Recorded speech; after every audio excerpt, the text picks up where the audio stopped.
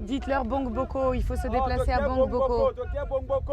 Toko vacciné à Bongboko. Les vaccins pour les enfants, il faut leur dire qu'on est à Bongboko aujourd'hui.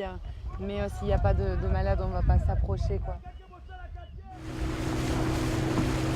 Ils nous arrêtent, ils font des grands signes. Donc ils essayent de nous réclamer des choses. Ils commencent à nous connaître, ils nous voient naviguer tous les jours, quoi. Et bon, là, c'était la vaccination. Bon, pourquoi pas, on peut essayer d'organiser un truc. Et après, Médecins sans frontières, quand même, ils connaissent quand ils voient la bannière. Et il arrive qu'on nous fasse des grands signes avec un drapeau blanc et qu'on récupère des patients en état critique. C'est arrivé quelques fois, quoi. Et là, naturellement, on s'arrête et on les prend en charge. Je suis là depuis 5 mois, je suis à la fin de ma mission. C'était une urgence réfugiée, des conflits en face en RDC ont fait que la population a traversé le fleuve et est arrivée ici au Congo-Brazza, sans rien, sans nourriture, sans logement, donc dans une situation sanitaire déplorable. Et donc ce qui va avec, c'est l'état de santé qui se dégrade. Avec une malle de médicaments, des tables, quelques bâches, etc. On arrive dans un village, on se présente, on trouve un lieu à peu près couvert où on peut adapter un circuit patient. Et on s'installe et on consulte et on soigne les gens, tout simplement. Et on va jusqu'à eux. C'est ça la particularité, ça s'appelle clinique mobile pour ça. C'est qu'un jour, un village. Et chaque jour, on se déplace de village en village.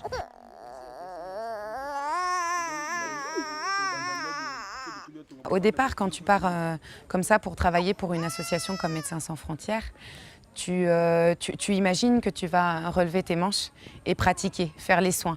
Des gens malades arrivent et puis tu fais comme en France, tu vas faire les piqûres, tu vas poser la perfusion, tu vas faire les pansements pour les blessés, etc. En l'occurrence, ce n'est pas ce qu'on nous demande. On nous demande d'asseoir une activité, de créer une activité avec toute la gestion des ressources humaines, du matériel de la pharmacie, les relations avec les autorités. Il est important d'être bien accueilli par les populations, que les populations soient sensibilisées, etc. Et puis après, toute la partie, naturellement, formation du personnel. Donc non, tu t'attends pas à travailler de cette manière-là. J'ai demandé à ton collègue parce que je vois râle crépitante du foyer gauche. Pour moi, c'est une IRB, une infection respiratoire basse. Donc normalement, selon le protocole, c'est amoxicilline. D'accord? Tu peux déjà préparer la désobstruction du rhinopharynx avec le ringer. Quand je suis arrivée, mon équipe était débordée, les gens étaient très malades, on avait beaucoup de gens en observation médicale qu'on ne pouvait pas renvoyer à la maison comme ça. C'était pas possible médicalement parlant. Par contre, là, maintenant, au bout de 5 mois, clairement, on voit que les populations vont mieux. Donc on ressent le bénéfice de notre action. Toute seule, je ne sais rien faire. J'ai le staff national qui nous apporte énormément. On échange énormément sur nos différences de pratiques, de culture, etc. Et puis toute l'équipe expat, sans logisticien, sans médecin référent, sans RT qui dirige les activités. Tout seul, tu es utile à rien, quoi. Mais quand tu trouves ta place au sein de l'équipe, ouais, tu te sens utile. Et là, tu es capable de faire des choses et tu arrives à te satisfaire quand même de ce que tu fais. Mais voilà, vous aurez cet interlocuteur-là. Et puis, il y a toujours le docteur Ramzi, qui vient chaque mardi avec Agathe, la sage-femme, pour les CPN. Il y a eu de tout. Il y a eu des moments très difficiles, des moments tristes même, parce qu'on a perdu parfois certains patients, certains enfants qui arrivaient dans un état déplorable. Voilà, donc tu ramènes une certaine forme d'échec.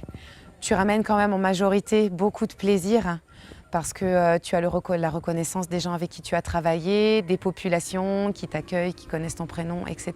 Donc bon voilà, je ramène des moments difficiles mais surtout beaucoup de moments de bonheur, quoi, que ce soit avec les populations que l'on a soignées ou les équipes qui vraiment, elles se sont défoncées, quoi. C'était vraiment dur au début.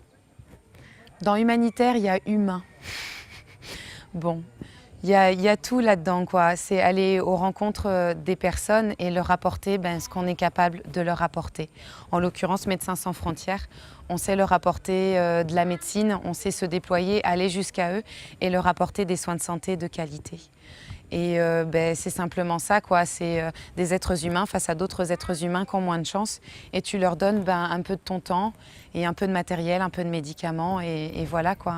Tu essayes simplement de faire ce que tu peux. C'est pas facile, on travaille dur, mais accroche-toi, ça vaut vraiment le coup parce que avec le recul, on se rend compte des choses et ça vaut vraiment le coup. Ça vaut vraiment le coup. Mais il faut s'accrocher, faut pas lâcher quoi.